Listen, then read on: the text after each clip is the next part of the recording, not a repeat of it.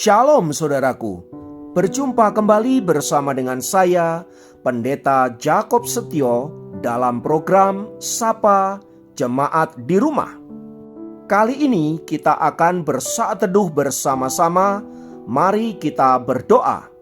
Tuhan, kami mohon kuasa-Mu, kami mohon urapan-Mu, agar firman Tuhan yang sebentar kami renungkan sungguh-sungguh boleh memberkati kami.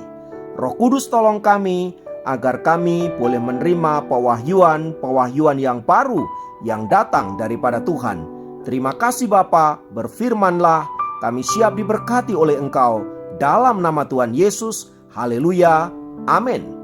Firman Tuhan kali ini terambil dari Matius 26 ayat 40. Matius 26 ayat 40 berkata, setelah itu ia kembali kepada murid-muridnya itu dan mendapati mereka sedang tidur.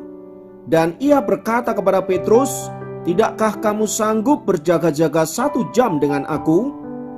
Saudara, pernahkah Anda merasa sendirian di dalam hidup ini? Saya kira hampir semua kita pernah mengalami saat-saat di mana kita merasa sendirian.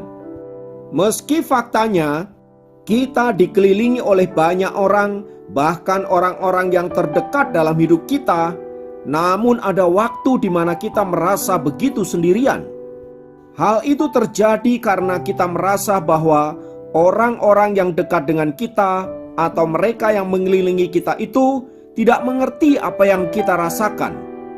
Hal itu terjadi karena kita tahu bahwa sesungguhnya mereka tidak benar-benar mengerti apa yang kita rasakan dan tidak benar-benar tahu apa yang sedang kita gumulkan. Hal yang sama dialami oleh Tuhan Yesus ketika ia harus berhadapan dengan salib yang ada di depan dia. Pergumulan itu begitu berat dan sangat menyiksa. Itulah sebabnya ia meminta murid-muridnya untuk mendukungnya di dalam doa bersama-sama dengan dia. Tetapi apa yang terjadi saudaraku? Kenyataannya para murid itu justru tertidur lelap di saat Tuhan Yesus sedang bergumul sendirian.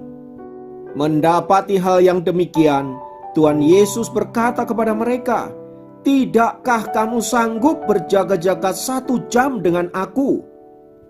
Sepertinya permohonan Tuhan Yesus ini sangat serius dan sangat-sangat penting. Kalau boleh saya bahasakan, mungkin ia berkata, temani aku 1 jam saja, supaya aku dapat melewati masa-masa yang sulit ini, karena aku harus membuat keputusan yang sangat penting dalam hidupku. Namun orang-orang yang ia harapkan untuk bisa mensupport dirinya itu justru kelelahan dan pada akhirnya tertidur. Semua ini ingin membuktikan saudara-saudara bahwa tidak semua orang mengerti pergumulan kita. Bahkan sekalipun mereka berusaha untuk memahami, tetapi sesungguhnya mereka tidak sungguh-sungguh mengerti apa yang kita rasakan. Jadi sangat wajar kalau mereka tidak bisa memberikan support seperti yang kita inginkan. Demikianlah Yesus juga tidak memarahi para murid-murid yang sedang tertidur itu, karena ia menyadari bahwa mereka juga sangat lelah. Jadi tidak mungkin mengharapkan dukungan mereka 100% agar apa yang ia gumulkan dapat disupport oleh para murid itu. Saudaraku, dalam masa-masa yang berat yang kita alami, masa-masa kelam, lembah-lembah yang penuh dengan pergumulan dan air mata, memang kita membutuhkan orang-orang yang kita pikir bisa menolong, bisa mensupport, dan bahkan bisa memberikan solusi.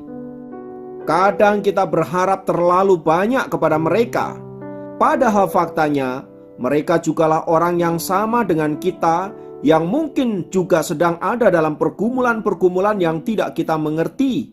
Lalu kita berharap mereka mengerti kita juga berharap mereka bisa mendukung kita.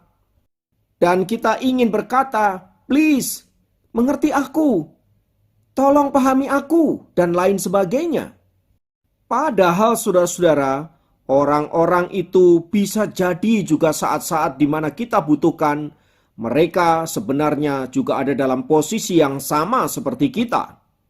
Namun seringkali kita tidak mau mengerti akan hal itu dan berharap merekalah yang seharusnya bisa memahami saya, mengerti keadaan saya. Nah, bila kemudian faktanya mereka tidak seperti yang kita harapkan, kita menjadi kecewa dan bahkan menjadi terluka. Kita berpikir, mengapa mereka tidak mau menolong saya? Mengapa mereka tidak mau mengerti keadaan saya? Mengapa mereka egois? Mengapa, dan mengapa? Dan ujung daripada semua pertanyaan itu, saudaraku, adalah kekecewaan yang tak jarang kemudian membuat kita terluka dan sakit hati. Saudara, dengan berlaku demikian, tanpa kita sadari sesungguhnya kita sudah mulai mengandalkan manusia, kita mulai mengandalkan orang lain, dan bahkan kita mulai mengandalkan diri kita sendiri.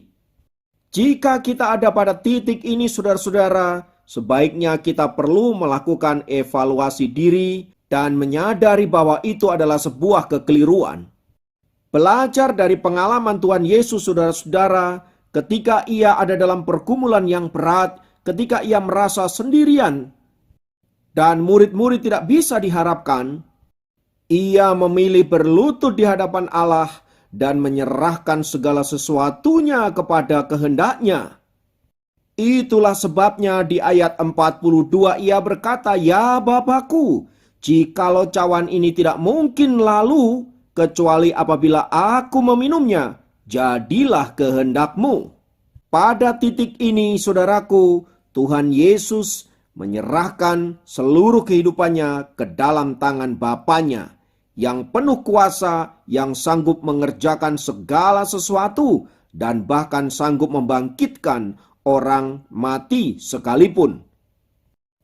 Oleh sebab itu, dia mantap menghadapi salib, dan dengan penuh kepasrahan dan penyerahan kepada Bapa, ia mentaati seluruh rencananya agar apa yang ia kehendaki untuk menyelamatkan manusia dapat terjadi di atas kayu salib.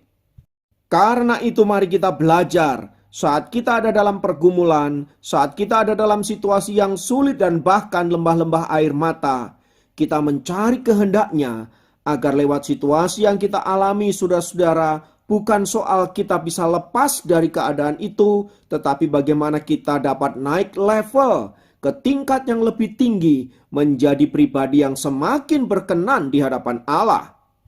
Karena itu, mari kita tidak putus harapan, tidak mudah menyerah, dan tidak berpikir negatif untuk apapun yang saat ini sedang kita alami, karena saya percaya Allah sedang merendah kehidupan saudara dan saya agar sesuai dengan kehendak yang Ia mau bagi setiap kita. Karena itu mari relakan hati Anda untuk dibentuk dan diproses oleh Allah. Kiranya firman Tuhan ini memberkati kita semua. Mari kita berdoa. Kami naikkan pujian dan syukur untuk setiap anugerah-Mu dalam hidup kami, termasuk ketika kami harus melewati lembah-lembah pergumulan dan kami seorang diri ada di sana. Yang kami tahu Engkau tidak pernah meninggalkan kami, yang kami tahu rencana-Mu adalah indah untuk setiap kami. Terima kasih Bapa, kuatkan dan teguhkan hati kami agar kami senantiasa taat dan setia pada kehendak-Mu sampai seluruh rencana-Mu digenapi di dalam dan melalui diri kami. Terpujilah nama-Mu, dalam nama Yesus kami berdoa, haleluya, amin. Demikian program Sapa Jemaat kali ini. Sampai jumpa dalam program Sapa Jemaat yang lain. Tuhan Yesus memberkati.